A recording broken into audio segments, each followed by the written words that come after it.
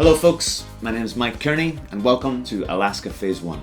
Over the next 2 years, the Katet will be recording and launching songs from our new album. During that time, I'd like to show you a little bit about the origin of the songs, my writing process, and just how one goes about turning a simple idea into a 7-piece jazz funk epic.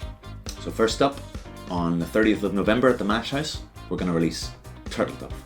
As you now know, I wrote and arranged the album whilst living and working aboard the Star Princess cruise ship from January to May 2017. We just released Guillotine, and I was keen and inspired to move forward with my writing. It turns out that the album became a bit of a travel log, maybe similar to Joni Mitchell's Hejira, which she wrote as she travelled by car from Maine to LA in 1976. During our contract we docked at various ports: Hawaii, Mexico, Vancouver, Catalina Island, and San Francisco, to name a few. This combined with memories from my honeymoon the year before provided me with ample content. So Alaska became a commentary on the state of the wider world as I see it, and my place in it. Turtle Dove is a song about conflict and forgiveness. I've had my share of it with various friends and colleagues over the years, and within myself also. In the end, in my experience, love trumps fear. The title also recalls this lovable character from Home Alone 2, Lost in New York. Turtle doves. So let's talk about the songwriting. Now there are generally two types of tunes that I write: song-based and groove-based. Turtle Dove is a groove-based tune, so let's talk a little bit about this process. I begin simply by picking a danceable tempo and writing what I think is a pretty funky beat. This program is called Sibelius and is pretty much the music notation software of the working musician.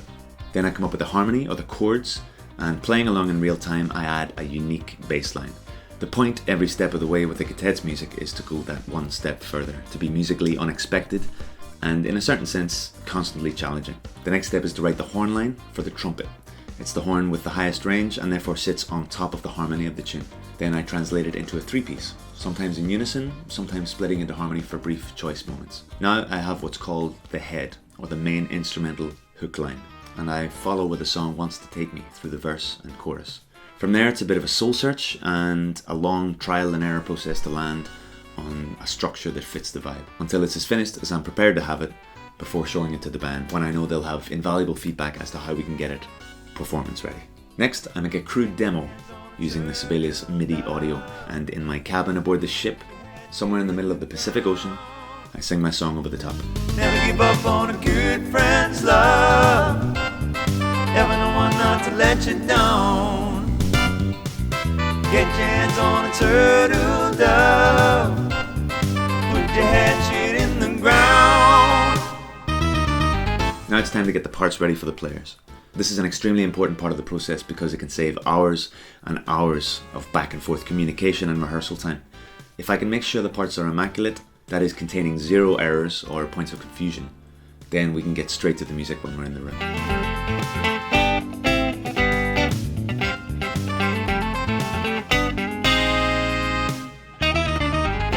So I send back parts for the first 2 tunes only while I'm still aboard, and so on my return we can get straight into the rehearsals to develop and learn our parts.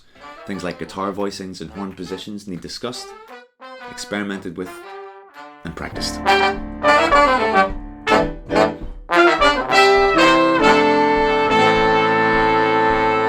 Then we put it all together with full band.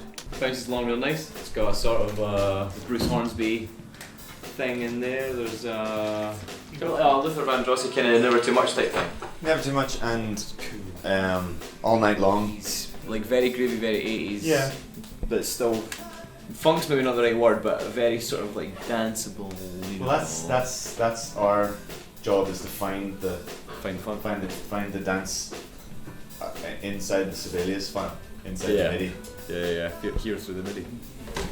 I like the MIDI version. You like the MIDI version better? Yeah. Of course they do. It's they play it really well there. Yeah. Well, thanks. I couldn't tell it was like coming from All Night Long, to be fair. The chorus. No. I don't know. Do you hear it now? Yeah, now that it's only Yeah, I'm looking forward to getting it down to the point where you can kind of strut on it and you can really sort of get it to. Well, it's already starting to sell, so that's good.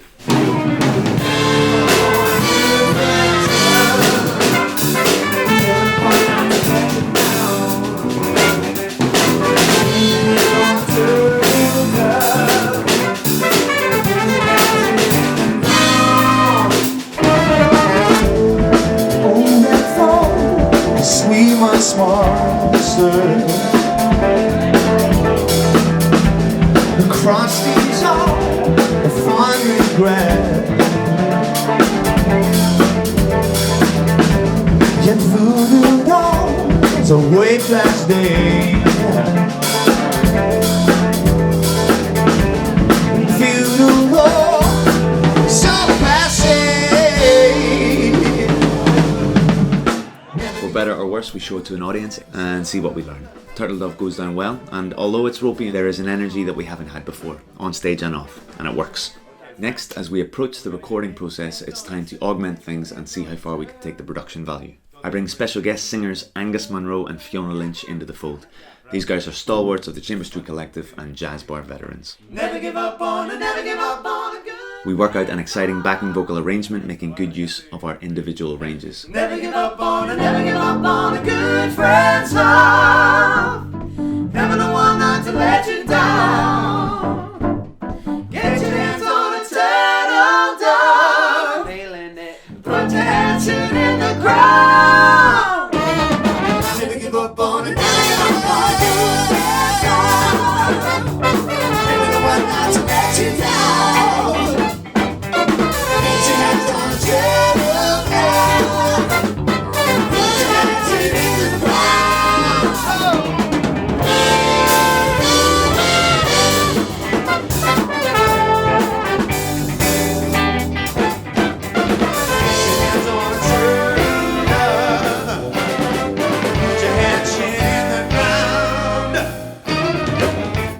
Finally, after a dozen or so gigs, we've broken in the tune and made our final individual tweaks.